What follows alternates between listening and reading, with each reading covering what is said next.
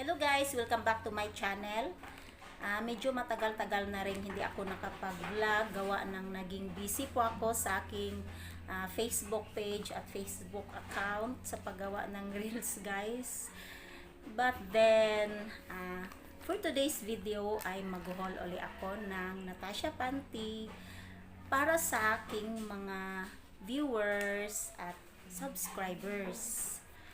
But before we continue, please don't forget to like this video gaya ng pagsuporta nyo sa aking mga nakaraang video.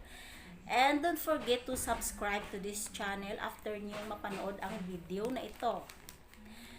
So, very easy lang yung pagbukas guys. Ganito lang. Yan. Ganito lang ka. Simple ang pagbukas. Hindi ka na pahihirapan pa. Kasi, zipper yung pack niya guys is zipper. So ayan, meron itong laman na 5 Natasha Panty.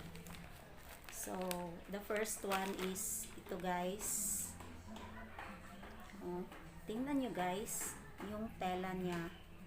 Hindi siya plain guys ha, para siyang plain. Tingnan meron siyang print na ganito guys. I'm not sure kung maklaro ba ninyo yung print niya. Basta ganito yung print niya guys. O yan. So as usual, yung Natasha, yung pangalan ng Natasha Wear. But wala siyang pangalan guys. Hindi gaya ng mga na-haul ko dati na makikita dito. Yung brand or dito sa likuran. Parang wala akong nakita na pangalan ng Natasha. Bakit kaya? So, tingnan natin yung pangalawa kong meron at yung susunod. Pati yung ilong ko, guys. So, ito, ayan, may nakabalot pa na Nakabalot pa siya, guys. But yung isa walang balot. Ano yun? At saka yung dalawa lang ang merong balot. Bakit kaya? So, ayan. So, ito yung second. Tingnan nyo guys. Napakaganda. Malamig lang sa mata. I like the color. Meron siyang dito guys. Bakit yung una? Wala akong makitang ganito. Ano yun? Natanggal. So, dito siya makikita guys. Ayan. Dito makikita ang Natasha. So, baka may factory defect lang yung isa kanina. Wala siyang naka dito. Parang wala siyang tag ng ng brand. So ito yon. So ang nagustuhan ko sa Natasha Panty guys, kasi yung forma niya sa likuran, ito ganito guys, parang matatabunan talaga yung puwet mo guys. Unlike yung ibang brand na ayoko ng ibang brand kasi yung parang V na V yung likuran, ayoko ng ganun guys. Gusto ko yung ganito. Yan, kasi comfortable po ako. So, tingnan natin yung mga susunod pa na mga panty if wala namang depekto. Ayan. So, ito naman ang susunod. Ito yung print ni guys, ayan. Ayan, ganito yung print niya. Simpleng print lang guys. Ayan, very light color. Meron din naman siyang ganito guys sa bandang gilid, yung brand niya. Yung nauna lang guys, wala akong makitang ganito, baka natanggal. Iwan ko ha kung bakit walang ganon. So ayan, tingnan natin yung pang-apat. Ang pang-apat guys, ito yan.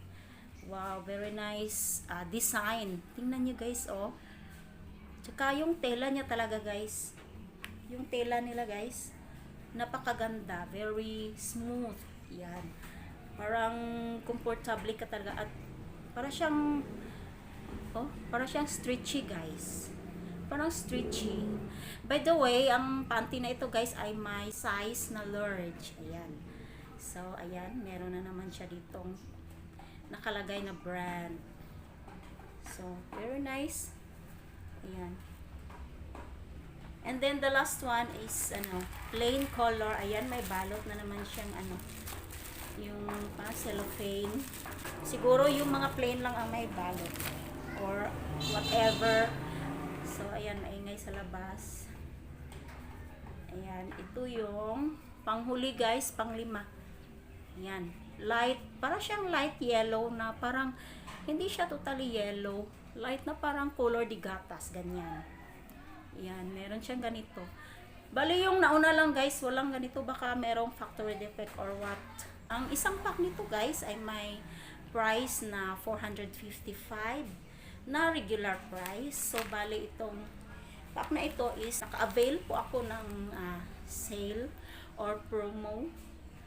So naka-discount ako ng 50 pesos kasi nabili ko na lang siya sa halagang 405 yung 5 guys. Ayan, nadagdagan na naman ang ating collection guys na Natasha Panty. Natasha Bikini Panty. So, ayan. Very, very, very beautiful design. At saka yung plain. Gusto ko rin guys. It's very light lang sa mata. Ayan. And stretchy. Stretchy siya pero hindi siya manipis guys. Kasi ano siya, 95% nylon and 5% spandex. Ayan. So, sa pagkakaalam ko, ang Natasha ay mabibili rin sa Shopee or Lazada. So, pwede nyo siyang hanapin guys.